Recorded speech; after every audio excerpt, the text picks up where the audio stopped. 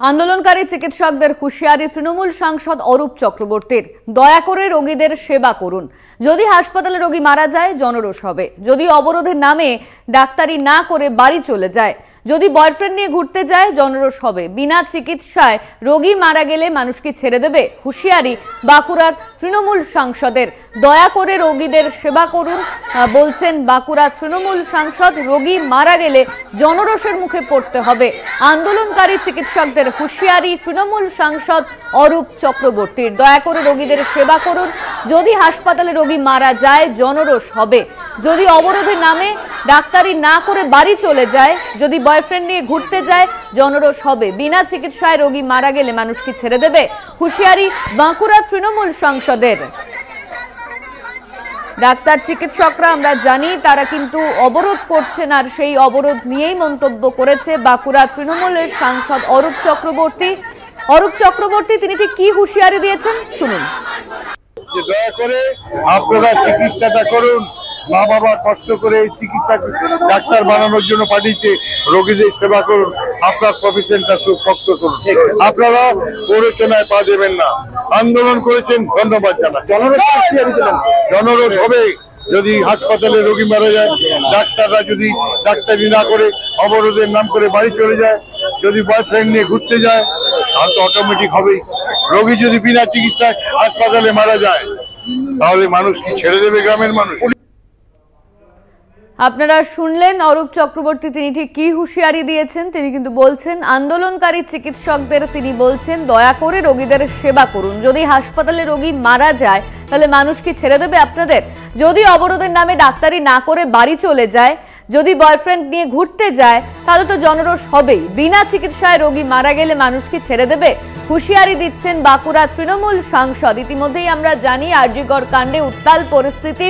বিভিন্ন হাসপাতালগুলো সেখানে কিন্তু ডাক্তারদের তাদের কাজ নিয়ে অবরোধ চলছে এবং তারা কিন্তু বলছেন যতক্ষণ না তারা সঠিক বিচার পাচ্ছেন, যতক্ষণ না দোষীর শাস্তি হচ্ছে, এবং তাদের আরো বেশ কিছু দাবি দাওয়া তারা সামনে আনছে, সেই দাবি দাওয়া যতক্ষণ না পূরণ হচ্ছে ততক্ষণ অবধি এই অনশন চলবে। সেই নিয়েই কিন্তু আজকে হুঁশিয়ারি দিয়েছেন বাঁকুড়ার তৃণমূল সাংসদ।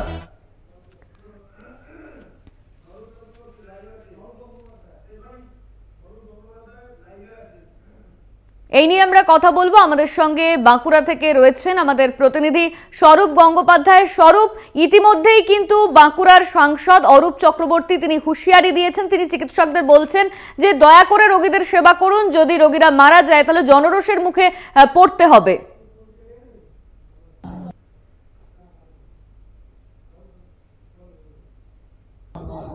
স্বরূপ, শোনা যাচ্ছে?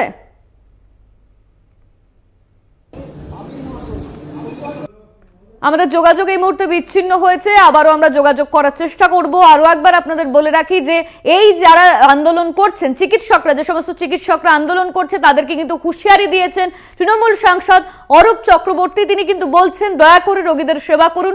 যদি হাসপাতালে রোগী মারা যায় এই কারণে তাহলে কিন্তু জনরোষের মুখে পড়তে হবে। যদি অবরোধে নামে ডাক্তারি না করে বাড়ি চলে যান তাহলে কিন্তু জনরোষের শিকার হতে হবে, এমনই কিন্তু বলছেন তিনি। হুঁশিয়ারি বাঁকুড়া তৃণমূল সাংসদের।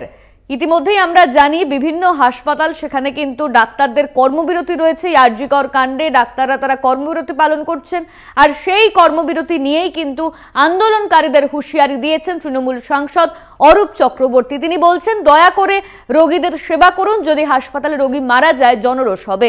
যদি অবরোধের নামে ডাক্তারি না করে বাড়ি চলে যান, যদি বয়ফ্রেন্ড নিয়ে ঘুরতে যান, সেক্ষেত্রে জনরোষের মুখে পড়তে হবে। বিনা চিকিৎসায় রোগী মারা গেলে মানুষ কি ছেড়ে দেবে?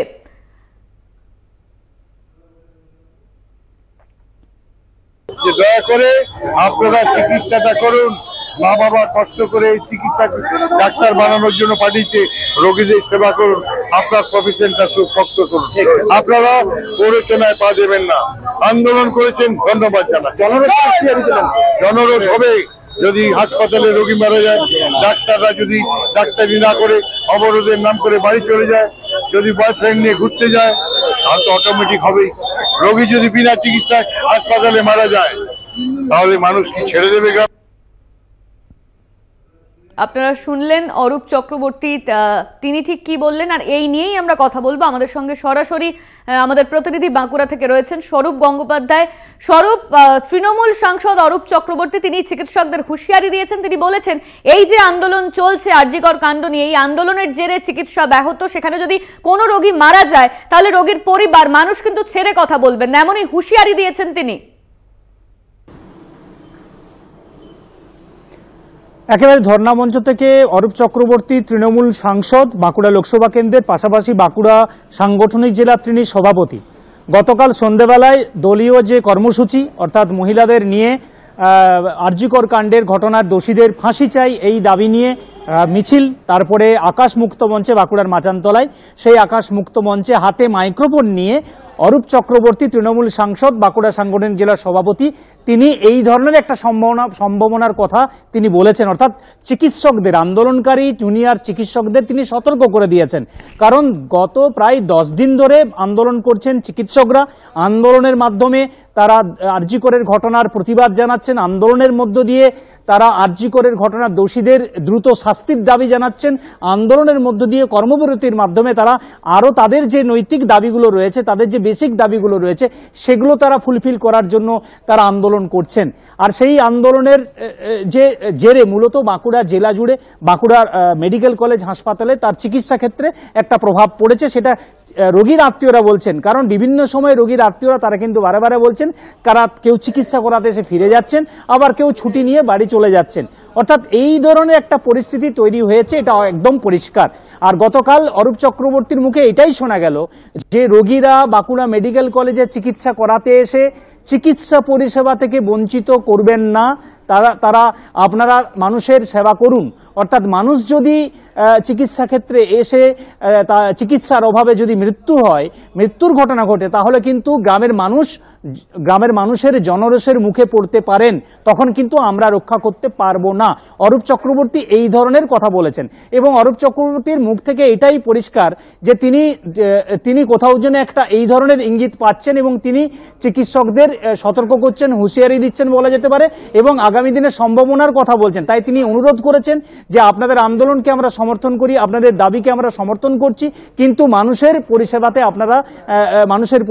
আপনারা নজর দিন, মানুষের পরিষেবাতে আপনারা করুন, কারণ আন্দোলন করার অধিকার সকলের আছে, শুধু চিকিৎসকদের উদ্দেশ্যে নয়। অরূপ চক্রবর্তী তিনি গতকালের মঞ্চ থেকে তিনি এটাও বলেছেন, বিরোধী দলকে কিন্তু এক হাত নিয়েছেন এবং আক্রমণ করে বলেছেন মমতা ব্যানার্জির দিকে আঙুল তুলবেন না, মমতা ব্যানার্জির গায়ে কালি লাগাবেন না, তাহলে কিন্তু আঙুল ভেঙে দেওয়ার তিনি হুঁশিয়ারি দিয়েছেন।